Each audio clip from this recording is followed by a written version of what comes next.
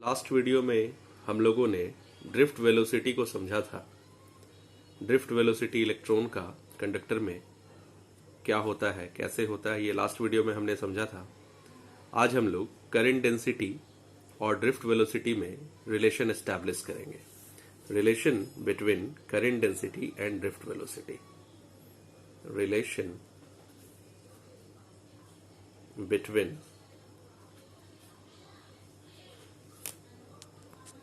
between current density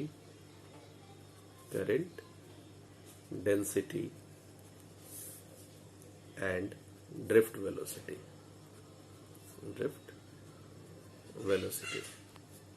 क्या relation है current density और ड्रिफ्ट वेलोसिटी में? सो देखेंगे हम लोग। Suppose we have a conductor,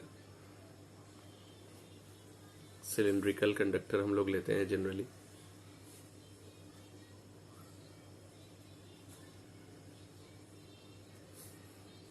इसका लेंथ हमने L ले लिया, लेंथ ऑफ द कंडक्टर भी L, area of cross section A माना हमने। एक एलिमेंटल वॉल्यूम हमने कंस्ट्रक्ट किया इस सिलेंडर के भीतर, जिसका लेंथ L है और एरिया तो वही होगा जो ये क्रॉस सेक्शन एरिया है। तो एलिमेंटल वॉल्यूम कितना हो जाएगा? ये पूरा एलिमेंटल वॉल्यूम जो इस छोटे से सिलेंडर का होगा A डेल्टा L, ठीक है। और ये इलेक्ट्रॉन हम लोगों को पता है, इसे हम लोग एक सोर्स से कनेक्ट करें,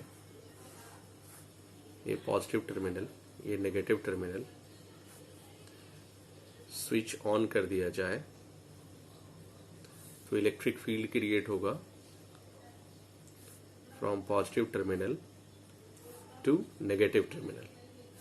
ये इलेक्ट्रिक फील्ड का डायरेक्शन हुआ and the electron moves with drift speed. Electron कौन से स्पीड से मूव करेगा? ड्रिफ्ट स्पीड से मूव करेगा। Left to right means negative terminal to positive terminal ये जाएगा।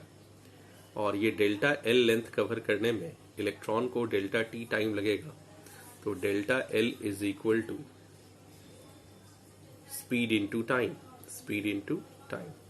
मान लिया कि डेल्टा T टाइम में इलेक्ट्रॉन इस क्रॉस सेक्शन से इस क्रॉस सेक्शन तक निकल रहा है, यानी ये डेल्टा L लेंथ कवर करने में उसे डेल्टा T टाइम अगर लगता है और उसका ड्रिफ्ट स्पीड Vd है, तो delta L is equal to Vd delta T ऐसा लिखा जा सकता है। इसमें हम लोग क्या करते हैं? Let n be the number of electrons per unit volume. इस कंडक्टर में बहुत सारा फ्री इलेक्ट्रॉन्स होगा, तो हम लोग क्या मान लेते हैं? Let n be the number of free electrons per unit volume. तो यूनिट वॉल्यूम में n number of free electrons है, तो हमने जो एलिमेंटल वॉल्यूम कट किया है वो कितना है? तो A into delta L। Therefore total number of electrons in A delta L volume will be, कितना हो जाएगा? टोटल नंबर ऑफ इलेक्ट्रॉन्स हो जाएगा Na डेल्टा L।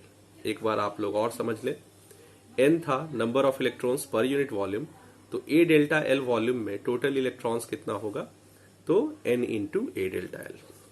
तो this is the number of electrons, और number of electrons, total number of electrons को हम लोग कैपिटल N से डिनोट करते हैं, ठीक है। ये हो गया नंबर ऑफ इलेक्ट्रॉन्स। तो डेल्टा T टाइम में इस पूरे वॉल्यूम से कितना चार्ज फ्लो करेगा? ये जो छोटा सा एलिमेंटल वॉल्यूम है, इससे कितना चार्ज फ्लो करेगा? तो हम लोग कह सकते हैं, hence we can say that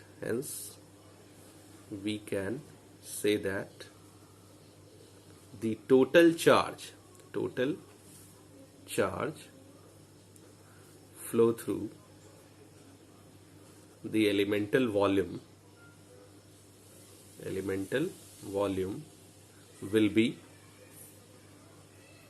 तो डेल्टा Q मान लिया जाए, delta Q equals to number of electron.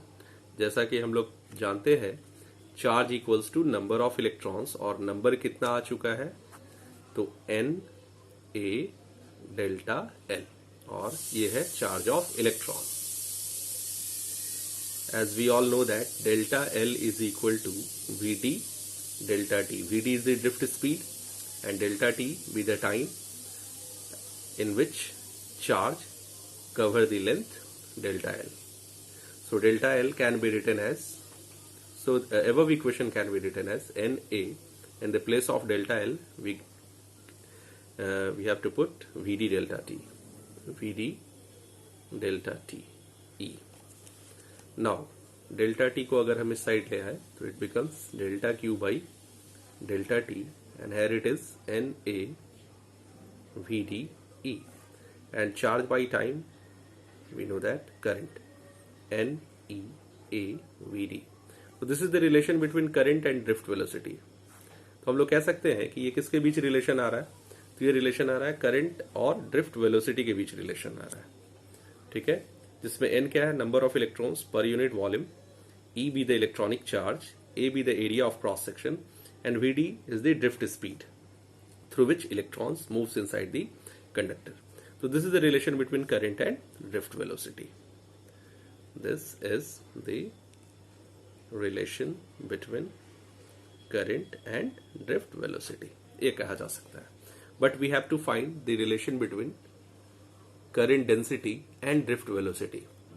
So again the equation becomes, area को हम इस साइड लाते हैं, current by area, it is equal to NEVD now, and current by area we all know that J equals to current density is equal to current by area. तो current by area के जगह हम लोग क्या put कर सकते हैं, current density put कर सकते हैं.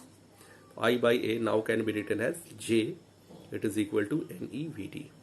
So this is the relation between current density and drift velocity. ये रिलेशन हो गया करंट डेंसिटी और ड्रिफ्ट वेलोसिटी का. Current density is a vector quantity, drift velocity, तो ये रिलेशन हो गया करंट डेंसिटी और ड्रिफ्ट वेलोसिटी का. ये रिलेशन हुआ करंट और ड्रिफ्ट वेलोसिटी का. तो ये हम लोग को एस्टैब्लिश करना था, relation between current density and drift velocity. अब इस इक्वेशन को थोड़ा सा हम और आगे बढ़ाते हैं. Suppose this is first equation, इसको थोड़ा सा और हम एक्सपैंड करना चाहते हैं. वी गेट, जैसा हमारे पास है, we have J equals to NEVD. हमारे पास है J equals to NEVD. Okay, and since drift speed inside the conductor which is equal to NE square, sorry, drift speed is equal to E tau dash by M into E. ये drift speed का formula होता है, E tau dash by M into E, where E is the electronic charge, tau dash is the average relaxation time, E be the electric field, and M is the mass of electron. तो this is the formula of drift velocity, जो last video में मैंने ये deal किया था. यहाँ drift velocity का value मैं यहाँ पुट करने जा रहा हूँ. तो J इक्वल्स टू अब क्या हो जाएगा, NE, और ड्रिफ्ट वेलोसिटी का वैल्यू हमने पुट किया यहाँ पे E tau dash by M into E. तो अब ये इक्वेशन हो जाएगा J equals to NE square tau dash by M into E, जिसमें ये पूरा टर्म कांस्टेंट है. आप देखो यहाँ number of electrons per unit volume constant है, चार्ज एंड मास इलेक्ट्रॉन का कांस्टेंट होता है, and the average relaxation time, किसी भी चीज का एवरेज वो भी कांस्टेंट होता है. तो सिर्फ करंट डेंसिटी किस पे डिपेंड कर रहा है, तो इलेक्ट्रिक फील्ड पे डिपेंड कर रहा है. ये सारा टर्म कांस्टेंट है, ये सारा टर्म कांस्टेंट है. तो इस कांस्टेंट को हम लोग कह सकते हैं where NE square tau dash by M is a constant, and it is known as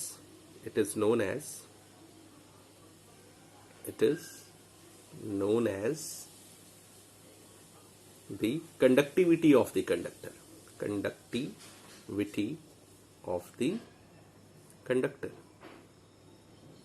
And conductivity का सिंबल सिग्मा हम लोग लेते हैं, sigma NE square tau dash by M. This is the conductivity, right. तो इस constant को हम लोग क्या मानते हैं, कंडक्टिविटी मानते हैं. तो अगर किसी कंडक्टर के कंडक्टिविटी को कैलकुलेट करना है तो हमें एवरेज रिलैक्सेशन टाइम पता होना चाहिए और number density means number of electrons per unit volume पता होना चाहिए। चार्ज और मास तो इलेक्ट्रॉन्स का पता ही होता है।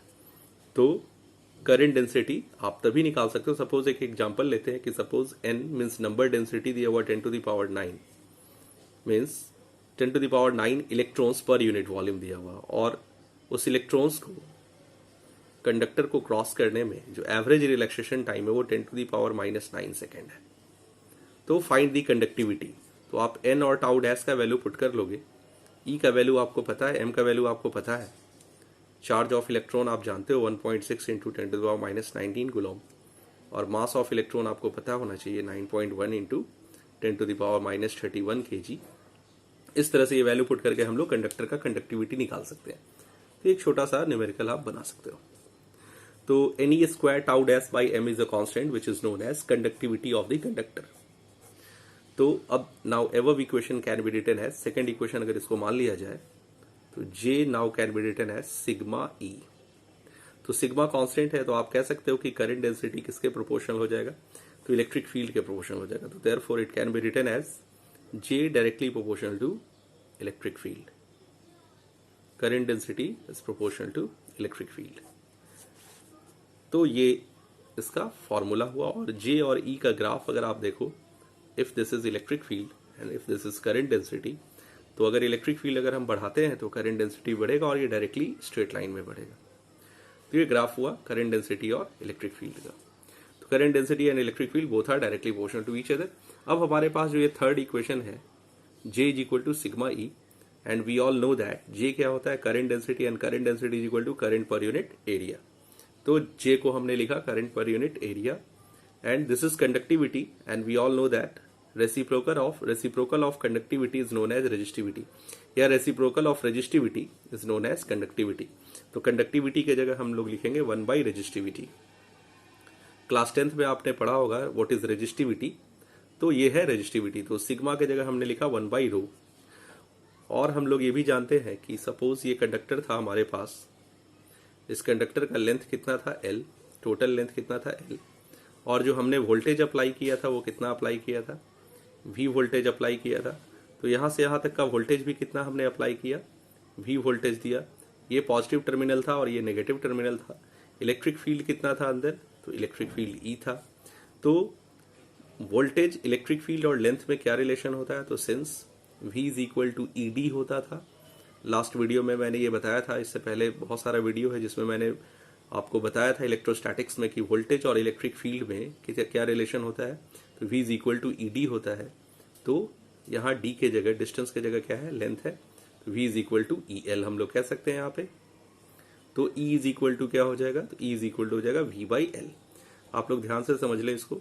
ये V वोल्टेज हमने अप्लाई किया कंडक्टर के क्रॉस, इलेक्ट्रिक फील्ड कंडक्टर के क्रॉस कितना था, तो E था, लेंथ कितना था L, तो V, E और L में क्या रिलेशन है, तो V is equal to ED, और D के जगह हमने L लिखा, तो V इक्वल्स टू EL, तो E equals to V by L। तो यहाँ हमारे पास इलेक्ट्रिक फील्ड है E, तो इसको हम लोग लिख सकते हैं V बाई L, इसे हम लोग V बाई L लिख सकते हैं इलेक्ट्रिक फील्ड की जगह, from equation third. Equation third से करंट डेंसिटी को हमने क्या लिखा, करंट बाई एरिया। सिग्मा क्या है, कंडक्टिविटी, तो रेजिस्टिविटी का उल्टा होता है कंडक्टिविटी, तो 1 by resistivity is called conductivity. तो कंडक्टिविटी की जगह हमने लिखा 1 बाई रेजिस्टिविटी, और इलेक्ट्रिक फील्ड को हमने लिखा वोल्टेज पर यूनिट लेंथ, और यहां से V इक्वल्स टू क्या आएगा, रो L बाई ए इंटू आई। और ये रो L बाई ए भी एक कांस्टेंट है, where rho L by A is a constant called the resistance of the conductor।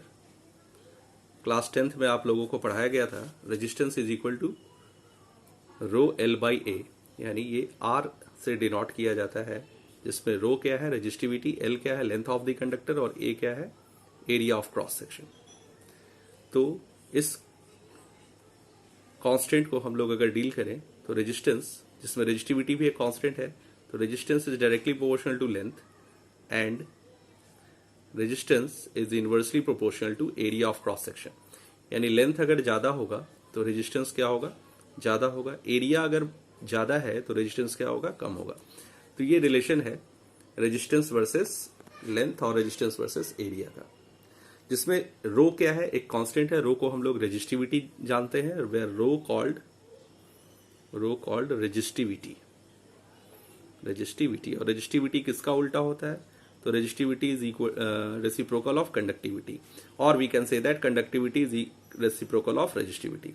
तो कंडक्टिविटी का फॉर्मूला हमने क्या लाया था, तो कंडक्टिविटी का फॉर्मूला था NE² tau dash by m। तो यहां पे अगर हम लोग पुट करते हैं NE² tau dash by m, तो ये m ऊपर चला जाएगा, तो ये हो जाएगा m by NE² tau dash.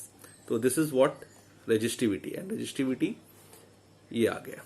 ठीक है, कंडक्टिविटी होता है NE² tau dash by m, तो रेजिस्टिविटी उसका उल्टा हो जाएगा, ये हुआ रेजिस्टिविटी। रेजिस्टिविटी का यूनिट आप लोगों को पता होगा, ओम मीटर होता था, ओम मीटर। और कंडक्टिविटी का क्या होता था, ओम इनवर्स मीटर इनवर्स। तो खैर ये हम लोग इक्वेशन 4 मान लें, तो रो L बाई ए के जगह हम लोग क्या लिखेंगे, R लिखेंगे। So equation 4 can be written as equation 4 ध्यान से देखें, V equals to rho L by A है, इसको R लिखेंगे, और ये I है, तो V equals to R I हो गया, वेयर R कॉल्ड रेजिस्टेंस, तो R कांस्टेंट है, तो V is directly proportional to I। This is Ohm's law, this is Ohm's law. तो ओम्स लॉ ये है एक्चुअली, इसे हम लोग, इस पूरे एक्सप्लेनेशन को हम लोग प्रूफ ऑफ ओम्स लॉ भी कहते हैं। ओम्स लॉ को अगर साबित करना है तो कैसे साबित करेंगे हम लोग, तो सबसे पहले रिलेशन एस्टैब्लिश करेंगे हम लोग करंट डेंसिटी और ड्रिफ्ट वेलोसिटी का। जो करंट डेंसिटी और ड्रिफ्ट वेलोसिटी का जब रिलेशन एस्टैब्लिश कर लेंगे हम लोग, means J is equal to N E VD ले आएंगे, तो फिर ड्रिफ्ट वेलोसिटी के फॉर्मूला और करंट डेंसिटी में रिलेशन एस्टैब्लिश करके हम लोग कहाँ तक पहुंचेंगे, J equals to sigma E तक पहुंचेंगे, जिसमें इलेक्ट्रिक फील्ड की जगह हम लोग क्या लिखेंगे, V बाई एल लिखेंगे। सिग्मा क्या है, करंट डेंसिटी, सॉरी कंडक्टिविटी, इसका उल्टा क्या होगा, रेजिस्टिविटी, तो reciprocal of resistivity called conductivity, और current density current by area, इस रिलेशन से हम लोग V इक्वल्स टू IR लाएंगे। जो रो L बाई ए है, ये कांस्टेंट है जिसे हम लोग रेजिस्टेंस कहते हैं, ये क्लास 10th में सारे बच्चों को बताया जाता है। तो इस तरह से ओम्स लॉ का ये प्रूफ हुआ, ओम्स लॉ इस तरह से साबित होता है। इस पूरे मेथड को हम लोग डेरिवेशन ऑफ ओम्स लॉ भी कहते हैं। ठीक है, ये पूरा method derivation of Ohm's law भी कहलाता है। तो V is directly proportional to I, ये ओम साहब ने कहा था, लेकिन इसके लिए उन्होंने एक कंडीशन दिया था, it happens at constant temperature, at constant temperature. Ohm साहब ने कहा था, प्रैक्टिकली देखा गया था कि जब लेबोरेटरी का टेम्परेचर कांस्टेंट होता है तो ग्रेजुअली अगर हम वोल्टेज को इंक्रीज करते हैं तो करंट भी इंक्रीज होता है, और जो ग्राफ होता है वो लगभग स्ट्रेट लाइन होता है एट कांस्टेंट टेम्परेचर। तो इफ इट इज करंट और इफ इट इज वोल्टेज और if it is current, then graph will be straight line. ये वोल्टेज का पैरामीटर हमने दिया और ये करंट है, ये कांस्टेंट रेशियो आता है। तो V इक्वल्स टू IR और R equals to V by I, ये कांस्टेंट है। तो V का यूनिट होता है वोल्ट, करंट का यूनिट होता है एम्पियर, तो वोल्ट पर एम्पियर को हम लोग ओम कहते हैं। वोल्ट पर ampere is equal two ohm, ये कहा जाता है। If 1 volt potential difference is applied across a conductor and 1 ampere of current flow through it, then the resistance of that conductor will be 1 ohm। कहा जाता है कि अगर 1 वोल्ट का पोटेंशियल दिया जाए किसी कंडक्टर के क्रॉस, और अगर उस कंडक्टर से 1 एम्पियर का करंट फ्लो हो रहा हो, तो डेफिनेटली उस कंडक्टर का रेजिस्टेंस कितना होगा, तो 1 ओम होगा। और ओम का ये सिंबल भी है, this is the symbol of ohm. ठीक है, तो R इज इक्वल टू कितना आया, रो L बाई ए, जिसमें R को कहते हैं resistance. It depends upon length, area, temperature and the material of the conductor, इस बात को आप लोग हमेशा याद रखोगे कि रेजिस्टेंस इन चारों के बदलने से बदल जाएगा। लेंथ अगर बदलेगा तो भी रेजिस्टेंस चेंज करेगा, एरिया बदलेगा तो भी चेंज करेगा, टेम्परेचर बदलेगा तो भी चेंज करेगा, और मटेरियल बदलेगा तो भी चेंज करेगा। मीन्स रेजिस्टेंस इन चार चीजों पर डिपेंड करता है। लेंथ बदलेगा तो चूंकि रेजिस्टेंस डायरेक्टली प्रोपोर्शनल होता है लेंथ से, तो लेंथ बढ़ेगा तो रेजिस्टेंस बढ़ेगा, लेंथ घटेगा तो रेजिस्टेंस घटेगा। रेजिस्टेंस इनवर्सली प्रोपोर्शनल होता है एरिया से, तो एरिया बढ़ेगा तो रेजिस्टेंस घटेगा, एरिया घटेगा तो रेजिस्टेंस बढ़ेगा। मोटे कंडक्टर का रेजिस्टेंस कम होता है और पतले कंडक्टर का रेजिस्टेंस ज्यादा होता है। लंबे कंडक्टर का रेजिस्टेंस ज्यादा होगा, छोटे कंडक्टर का रेजिस्टेंस कम होगा। तो ये एक कंडीशन है और ये प्रैक्टिकली देखा गया है। फ्यूज वायर में हम लोग पतला वायर क्यों लगाते हैं? क्योंकि पतले वायर का रेजिस्टेंस ज्यादा होता है और रेजिस्टेंस ज्यादा होने से टेम्परेचर ज्यादा प्रोड्यूस होगा, और ज्यादा प्रोड्यूस होगा तो फ्यूज वायर जल्दी मेल्ट हो जाएगा और हमारा पूरा सर्किट बच जाएगा। तो फ्यूज वायर में हम लोग पतला वायर इसलिए यूज करते हैं क्योंकि एरिया कम होने के कारण उसका रेजिस्टेंस बढ़ जाता है, और रेजिस्टेंस ज्यादा हो जाता है तो रेजिस्टेंस टेम्परेचर के डायरेक्टली प्रोपोर्शनल होता है, और रेजिस्टेंस जब टेम्परेचर के डायरेक्टली प्रोपोर्शनल होता है तो वो वायर जल्दी मेल्ट कर जाता है क्योंकि वो थिन वायर है। ठीक है, तो इस तरह से ये रेजिस्टेंस हुआ। अब इसमें एक क्वांटिटी है रेजिस्टिविटी, तो इसे हम लोग रेजिस्टिविटी कहते हैं। ये किस पे डिपेंड करता है? तो it depends upon the material and the temperature of the conductor resistivity material और टेम्परेचर पे ही डिपेंड करता है।